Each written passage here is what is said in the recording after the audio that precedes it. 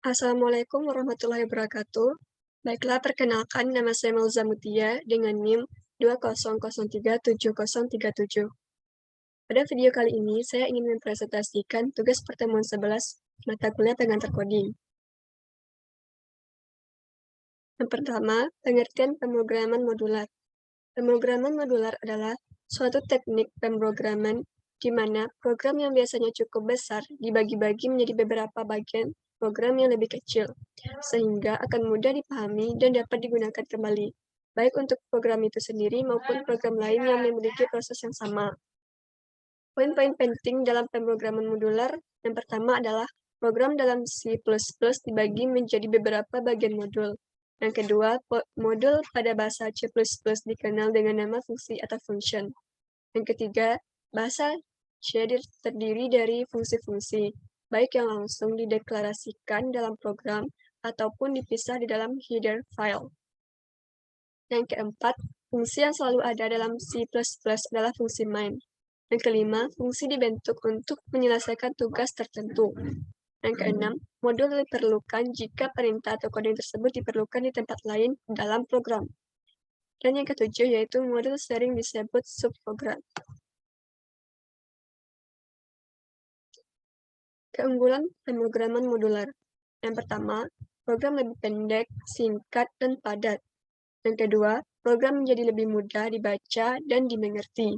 Yang ketiga, masalah yang kompleks dapat dijadikan masalah yang lebih sederhana. Yang keempat, mencari kesalahan lebih mudah karena alur logika lebih jelas. Yang kelima, kesalahan yang terjadi bersifat lokal. Dan yang keenam, modifikasi dapat dilakukan tanpa mengganggu program secara keseluruhan.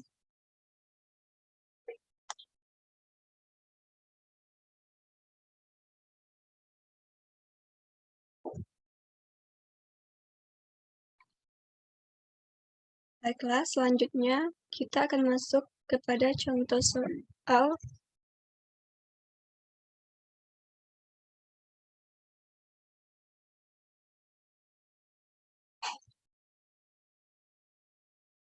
Baiklah, selanjutnya kita masuk ke dalam contoh program modular. Yang pertama untuk variabel lokal. Langkah pertama yaitu beri nama programnya dengan contoh variabel lokal pada program lokal atau internal. Kemudian kita ketikkan include studio.h. Include studio.h ini merupakan library dalam bahasa pemrograman C++ yang dapat digunakan untuk input dan output. Tanpa menggunakan library tersebut, maka program yang kita buat tidak bisa untuk menampilkan atau menginputkan sesuatu. Selanjutnya, ketikkan fungsi void fungsi 1 void. Fungsi void ini merupakan fungsi yang tidak dapat mengembalikan nilai keluaran dan tidak menerima argumen yang didapat dari hasil proses tersebut. Kemudian ketikkan main. Main ini merupakan deklarasi fungsi utama program pada main. Kemudian buka kurung awal, yang mana di sini merupakan proses awal pemrograman. Selanjutnya, kita ketikkan integer i sama dengan 20. Di mana pada proses ini kita mendeklarasikan variabel i yang bernilai 20 dengan tipe data integer, yang mana i ini merupakan variabel lokal. Kemudian, ketikkan fungsi 1. Fungsi 1 ini digunakan untuk pemanggilan fungsi tanpa mengirim argumen.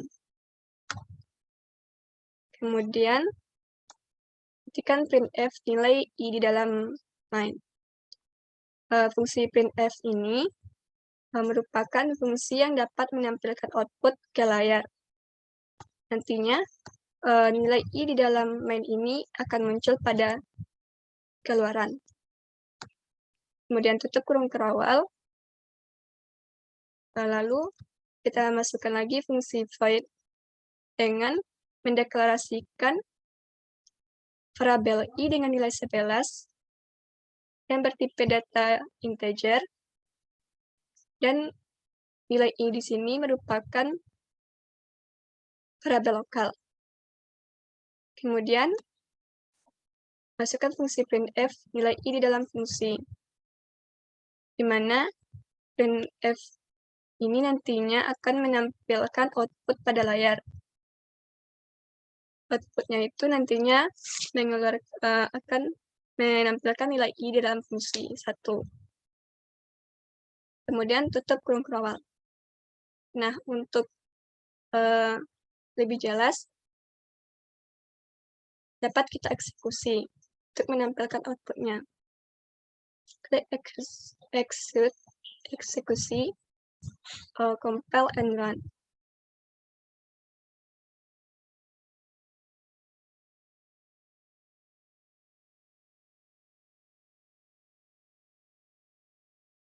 Nah, muncul di sini nilai i di dalam fungsi 1 adalah 11, dan nilai i di dalam main adalah 20.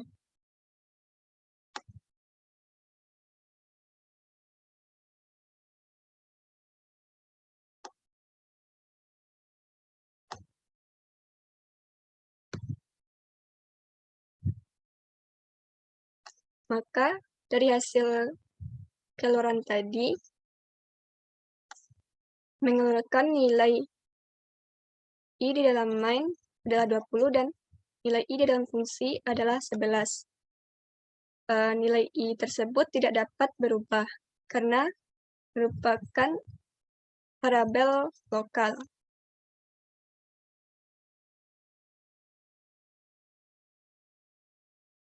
Selanjutnya untuk contoh yang kedua untuk variabel global atau eksternal.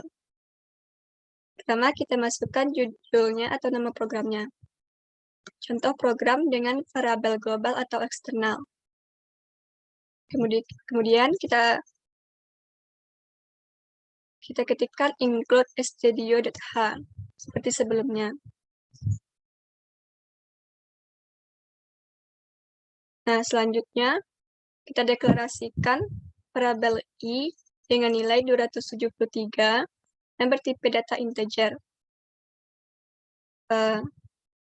I di sini merupakan variabel eksternal dan diberi nilai awal yaitu 273. Nilai dari variabel ini nantinya dapat berubah karena dengan adanya fungsi void tambah. Lalu ketikkan main yang merupakan deklarasi fungsi utama program pada main. Lalu buka kurung kerawal yang menandakan ini merupakan awal fungsi program utamanya. Lalu kita ketikkan printf nilai awal i. Nah, di sini ada i plus sama dengan 7 ini nantinya dapat menambah nilai awal i dengan nilai 7. Nilai awal kan tadi 273. Nah, nanti dengan adanya i plus sama dengan 7 ini, nilai i yang 273 di awal akan bertambah dengan 7. Jadi 280. Kemudian printf lagi untuk nilai i kini. Dan ketikkan tambah yang di sini memanggil fungsi tambah, di mana tidak mengembalikan nilai. Selanjutnya printf lagi untuk nilai i kini juga, dan ketikkan fungsi tambah, lalu printf lagi. Selanjutnya tutup kurung kerawal yang menandakan ini akhir dari program utamanya. Selanjutnya, ketikkan lagi fungsi void tambah.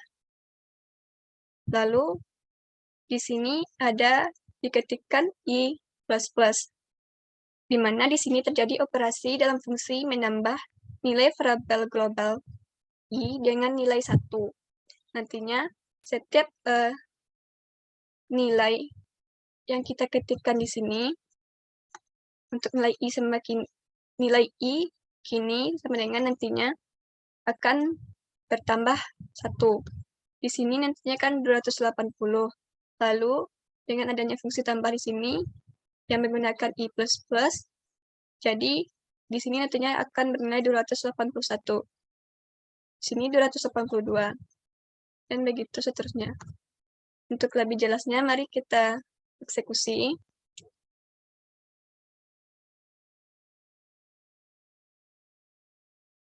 Nah, maka diperoleh nilai seperti berikut. Untuk nilai awal I tadi adalah 273. Lalu, kita gunakan I plus sama dengan 7.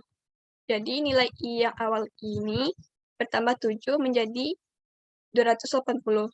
Kemudian, untuk nilai I kini yang selanjutnya itu, karena kita memasukkan tadi fungsi I++, nah, jadi bertambah 1. Begitu juga dengan yang di bawah ini.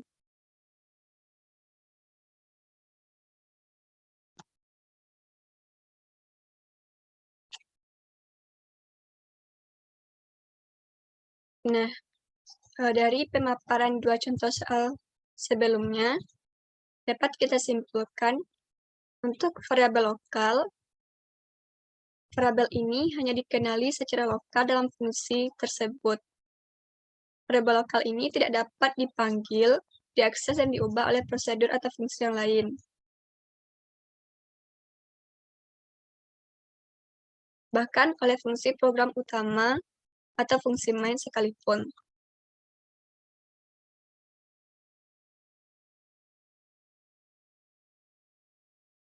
Dan ada variabel global. Nilai variabel ini dapat dipanggil, diakses, dan diubah oleh prosedur atau fungsi apapun yang terdapat dalam program tersebut.